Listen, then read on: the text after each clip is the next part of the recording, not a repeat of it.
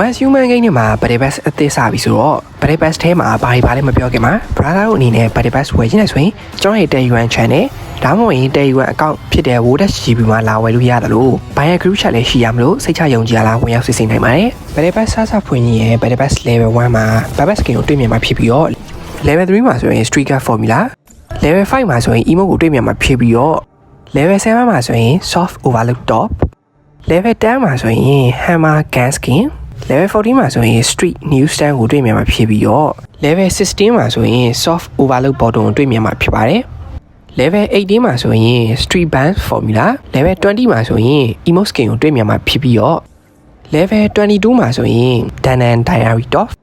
Level 26မှာဆိုရင် Soft Overlook Shoe